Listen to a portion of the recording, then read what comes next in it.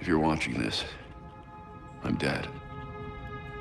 This is a code black.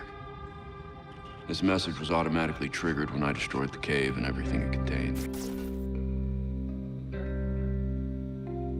कहानी की शुरुआत होती है with the death of Batman. Ra's al Ghul bat केव में आके बैटमैन पर अटैक कर देता है और अपना चाकू उसके पेट में घुसा देता है।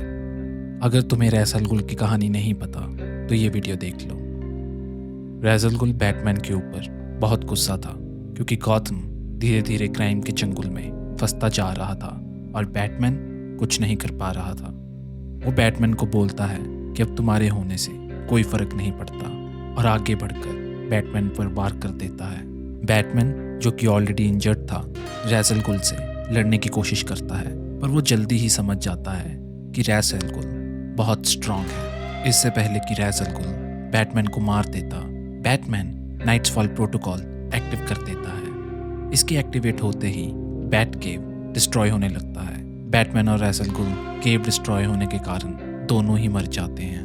बैटमैन ने ऐसी सिचुएशन के लिए बहुत पहले एक वीडियो रिकॉर्ड की थी। ये वीडियो नाइट्सफॉल प्रोटोकॉल एक्टिवेट होते ही बैटमैन के सारे एलाइज के पास चली गई थी। ये वीडियो में बैटमैन ने उनको कंफर्मेशन दी थी कि वो मर गया है। ये वीडियो नाइटविंग, एल्फ्रेड, रॉबिन, बैटवुमन और रेड हुड के पास चली गई थी। इसमें बैटमैन ने यह भी कहा था कि वो एक इन्वेस्टिगेशन रन कर रहा था, उसके रिजल्ट्स सबके होश उड़ा देंगे और फिर वीडियो वहीं कट हो जाती है। नाइटविंग बैटमैन की वीडियो मिलने के बाद बैट केव में आता है और देखता है कि बैटमैन और रज़ अल गुल दोनों मर चुके हैं। उसको फाइनली कंफर्म हो जाता है कि बैटमैन मर गया है। वो बहुत ही निराश हो जाता है क्योंकि बैटमैन ने ही उसको सब कुछ सिखाया था। वो काफ़ी दिन बहुत निराश रहता है। सिटी में क्राइम बढ़ने लगता है और नाइटविंग के मन में बहुत से सवाल आने लगते हैं, जैसे कि रज़ अल गुल ने बैटमैन पर एकदम से क्यों अटैक कर दिया और बैटमैन अपनी वीडियो में किस इन्वेस्टिगेशन की बात कर रहा था। अपने सवालों के जवाब जानने के लिए और क्राइम से लड़ने के लिए नाइटविंग अपना सूट पहनता है और एक बार फिर से निकल जाता है गॉथम की रातों में। नाइटविंग अगले कुछ दिन बैटमैन के रीसेंट केसेस को स्टडी करता है। उसको कुछ ऐसे केसेस मिलते हैं जिनमें क्रिमिनल्स को कोर्ट ने छोड़ दिया था क्योंकि विटनेस किसी न किसी कारण मर गए थे। ये सारे क्रिमिनल्स गॉथम की एफ्लुएंट फैमिलीज से आते थे। इनमें से एक नाम ऑसवाल्ड कॉबलपॉट का भी था, also known as Penguin. Nightwing समझ जाता है कि किसका गला दबाने से सच बाहर आएगा। नाइटविंग पेंगुइन के पास पहुंच जाता है और प्यार से पूछता है इस केस के बारे में। क्योंकि नाइटविंग इतने प्यार से पूछ रहा था तो पेंगुइन उसको सब कुछ बता देता है। पेंगुइन नाइटविंग को एक स्टोरी सुनाता है एक ऐसी ऑर्गेनाइजेशन की जो कि सबको गॉथम में सदियों से देख रही है, सबकी बातें सुन रही है, बंद दरवाजों के पीछे से सबको कंट्रोल कर रही है, पर उनकी बात कोई नहीं करता, कोई उनका नाम भी नहीं लेता, धीरे से भी नहीं, क्योंकि जो उनकी बात करते हैं वो बात करने के लिए जिंदा नहीं बचते। उनका नाम है कोड ऑफ आउल्स। वो फिर नाइटविंग को पूछता है कि क्या तुम जानते हो नेचर में बैट का दुश्मन बर्ड कौन सा है? It's an owl. और इस शहर के बैट को भी आउल्स ने ही ख़त्म किया है। ये सुन के नाइटविंग चौंक जाता है और कहता है कि कोड ऑफ आउल्स बस एक मिथ है और बैटमैन को तो रज़ अल गुल ने मारा है। पेंगुइन फिर ईविल स्माइल देता है और बोलता है तुमने शायद ध्यान से नहीं सुना मैं कोड के बारे में क्या कह रहा था। कोड बंद दरवाजों के पीछे से सबको कंट्रोल कर रही है। रज़ अल गुल का बैटमैन को अटैक करने का कारण कोड ही है। पेंगुइन फिर कहता है कि अगर तुम्हें सच जानना है तो पावर्स क्लब में जाओ। नाइटविंग फिर वहाँ से निकल जाता है और वापस सोचने लगता है कि अगर पेंगुइन की बात सच है तो गॉथम बहुत बड़े डेंजर में है। शायद बैटमैन अपनी वीडियो में इसी डेंजर की बात कर रहा था। वो पेंगुइन की बातें सुनने के बाद अभी तक शॉक में था। अब उसको बैटमैन की डेथ का बदला लेना था, तो वो प्रिपेयर करने लग जाता है, क्योंकि अगर कोर्ट ऑफ आउल्स बैटमैन को मार सकती है तो वो बहुत ही पावरफुल होगी। नाइटविंग रात होते ही पावर्स क्लब की तरफ निकल जाता है। पावर्स क्लब गॉथम का एक बहुत पुराना क्लब था जो कि अब बंद हो चुका था।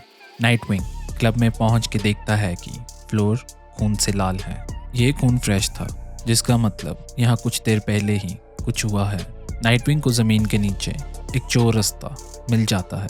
नीचे पहुंचते ही नाइटविंग को कुछ आवाज़ें सुनाई देती हैं। नाइटविंग छुप जाता है और देखता है कि एक गार्ड एक बूढ़ी औरत को व्हीलचेयर पे लेके जा रहा है। दोनों ने मास्क पहन रखा था जो कि आउल की शेप का था। नाइटविंग को समझ आ जाता है कि कोर्ट ऑफ आउल्स असली है। नाइटविंग फिर छुप के उनकी बातें सुनने लगता है। बूढ़ी औरत बैटमैन के बारे में बात कर रही थी और कह रही थी कि अगर बैटमैन आज जिंदा होता तो उनके कुछ काम आ सकता था। उसके लिए हमने क्या क्या प्लान बनाए थे, पर वो अपने समय से पहले ही मर गया। चलो अब जब वो मर ही गया है तो हमें जो जगह चाहिए थी वो जल्दी मिल जाएगी। मिनिस्टर्स जितने पैसे मांगे उन्हें दे दो, बस हमारा बिल पास होना चाहिए। और हाँ, एक बात और, हमारे आदमियों को बोल देना कि ज़मीन की खुदाई ध्यान से करना। फिर वो वहाँ से चले जाते हैं। नाइटविंग उनकी बातें सुनकर दंग रह जाता है। कोर्ट ऑफ आउल्स बैटमैन को लेके कुछ बड़ा प्लान कर रही थी और उसको जिंदा रखना चाहती थी। शायद पेंगुइन ने बैटमैन के बारे में झूठ बोला था या फिर उसको भी पूरा सच नहीं पता था। नाइटविंग उस औरत का छुप के पीछा करता है। जब वो नेक्स्ट रूम में पहुंच जाता है तो वो देखता है कि एक आदमी को बांध रखा है और उसका खून बह रहा है। वो समझ जाता है कि ऊपर के फ्लोर पे इसी आदमी का खून था। नाइटविंग उसको छुड़ाने की कोशिश करता है, पर जैसे ही वो उसको छुड़ाने जाता है वो खुद भी फंस जाता है। फिर सारे कोर्ट के मेंबर्स वहाँ पर आ जाते हैं। उन सब ने आउल शेप का मास्क पहन रखा था तो नाइटविंग उनकी शक्ल नहीं देख पाता। उन सब में से उनका लीडर भी था, the voice of the court. The voice of the court बोलता है कि लास्ट टाइम इस बिल्डिंग में जब कोई छुप कर घुसा था तो उसकी पनिशमेंट थी मौत। तुम्हारी पनिशमेंट भी सेम ही होगी।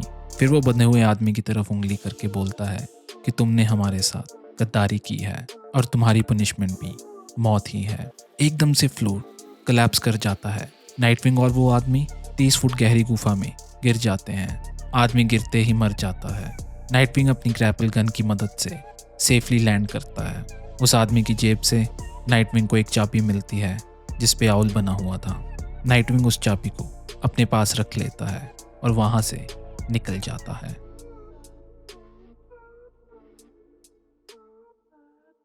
नाइटविंग के साथ जो लास्ट 24 आवर्स में हुआ था उसके कारण वो अभी भी शॉक में था।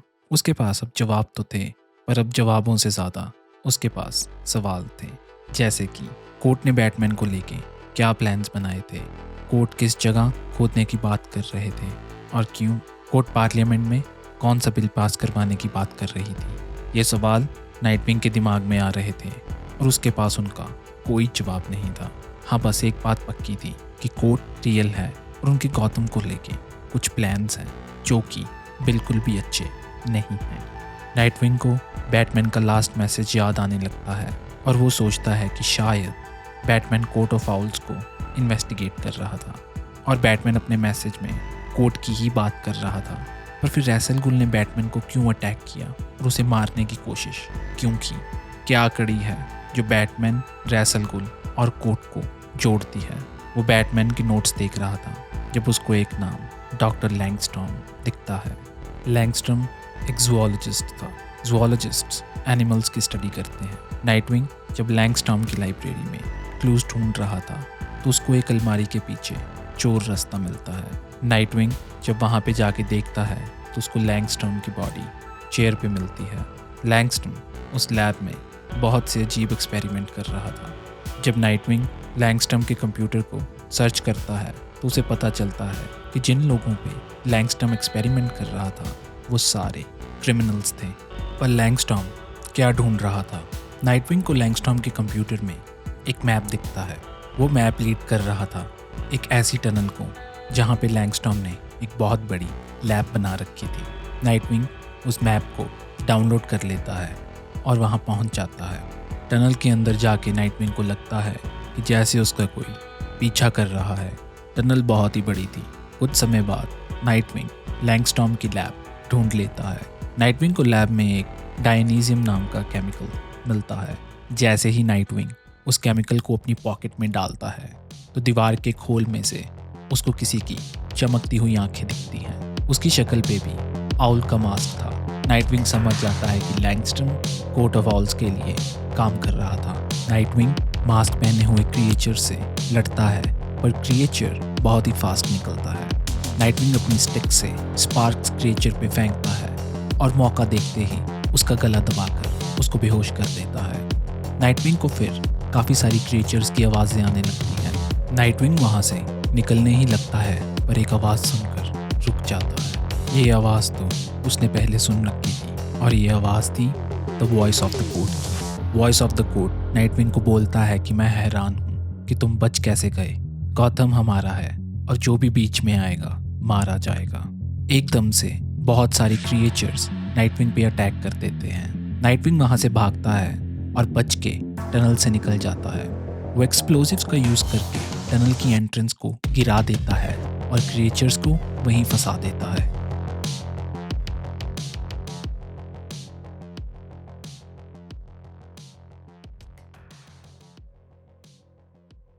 नाइटविंग एक रूफटॉप पे बैठ के कुछ सोच रहा होता है जब उसके पीछे आके कोई खड़ा हो जाता है। जब वो मुड़ के देखता है तो वो देखता है कि तालिया अल गुल, रैस अल गुल की बेटी वहाँ खड़ी है। तालिया रैस अल गुल को बताती है कि वो लड़ने नहीं आई है, बस बात करने आई है। नाइटविंग तालिया से पूछता है कि वो गौतम में क्या कर रही है और रैस अल गुल ने बैटमैन पे क्यों अटैक किया। तालिया नाइटविंग को बताती है कि रैस अल गुल करप्शन से सख्त नफरत करता था। वो लीग ऑफ शैडोज की हेल्प से हर वो सिटी को डिस्ट्रॉय कर देता था जहाँ पे करप्शन बढ़ने लगती थी। एक बार ऐसे ही रैस अल गुल गौतम को भी डिस्ट्रॉय करने आया था। जब गौतम में करप्शन बहुत बढ़ चुकी थी तब उसका सामना बैटमैन से हुआ था। बैटमैन ने लीग ऑफ शैडोज को हरा के गौतम को तब बचा लिया था। रैस अल गुल ये देख के बहुत ही इम्प्रेस हुआ था और उसने बैटमैन को लीग का हेड बनने का ऑफर दिया था। बैटमैन ने ये ऑफर ठुकरा दिया था। रैस अल गुल उस समय लीग को लेके गौतम से चला गया था क्योंकि उसको पता था जब तक बैटमैन गौतम में है तब तक गौतम सेफ है। रैस अल गुल किसी पे भी दो रीजंस के कारण अटैक करता है, या तो उस सिटी में करप्शन बढ़ जाए या फिर उस सिटी में कोई लैज़रस पिट खोदने की कोशिश करे। रैस अल गुल खुद सेंचुरीज से लैज़रस का यूज़ कर रहा था। लैज़रस के कंटिन्यूअस यूज़ के कारण वो अपने दिमाग का बैलेंस खो चुका था। हर बार जब वो लैज़रस से ज़िंदा होकर वापस आता था तो और एग्रेसिव हो जाता था। 1 साल पहले कोर्ट ऑफ ऑल्स ने गौतम में अपने पंख फैलाने शुरू कर दिए और गौतम में एक बार फिर से करप्शन बढ़ने लगी। इसी समय कोर्ट ऑफ ऑल्स को लैज़रस पिट गौतम में मिल जाती है। रैस अल गुल को जब इसके बारे में पता चलता है तो वो बहुत गुस्सा हो जाता है। बैटमैन ना तो कोर्ट से गौतम को प्रोटेक्ट कर पा रहा था, ना ही लीग को गौतम को डिस्ट्रॉय करने दे रहा था। इसीलिए रैस अल गुल गुस्से में आके बैटमैन पे अटैक कर देता है। पर इस लड़ाई में अफसोस दोनों मारे जाते हैं क्योंकि बैटमैन और रैस अल गुल दोनों मर चुके हैं। इसीलिए तालिया लीग ऑफ शैडोज की हेड बन चुकी है। वो नाइटविंग को बताती है कि कोर्ट ऑफ ऑल्स और लीग ऑफ शैडोज में वॉर चल रहा है। ये जो केमिकल नाइटविंग लैंगस्टॉर्म की लैब से लेके आया है वो केमिकल कोर्ट ऑफ ऑल्स यूज़ कर रही है मरे हुए असैसिन्स को जिंदा करने के लिए। जिंदा होने के बाद ये असैसिन्स को कुछ भी याद नहीं रहता और जो भी कोर्ट कहती है उन्हें करने के लिए वो वही करते हैं। ये क्रिएचर्स को वो टैलेंट्स बुलाते हैं। लैंगस्टन लैज़रस पे भी एक्सपेरिमेंट्स कर रहा था और उसकी डिटेल्स सिर्फ कोर्ट के पास है। वो नाइटविंग को बोलती है लीग गौतम को ख़त्म करने की तैयारी कर रही है ताकि कोर्ट अपने बुरे प्लान्स में सक्सेसफुल ना हो पाए। अगर नाइटविंग ने कोर्ट ऑफ ऑल्स को कुछ ही दिन में नहीं रोका तो वो पूरे सिटी को डिस्ट्रॉय कर देंगे। फिर तालिया वहाँ से चली जाती है। नाइटविंग को सारी स्टोरी अब समझ आ चुकी थी। अब टाइम था वॉर का। वॉर गौतम को बचाने के लिए उसको मदद चाहिए होगी क्योंकि वो लीग ऑफ शैडोज और कोर्ट ऑफ ऑल्स से अकेला नहीं लड़ सकता। वो अपना फ़ोन निकालता है और अपने फ्रेंड से हेल्प मांगता है। Message knights assemble, a war is coming. Message send to Robin, Batgirl and Red Hood. दोस्तों कमेंट करो अगर तुम्हें इस वीडियो का पार्ट 2 चाहिए तो, जिसमें हम कंक्लूड करेंगे कोर्ट ऑफ ऑल्स की स्टोरी को।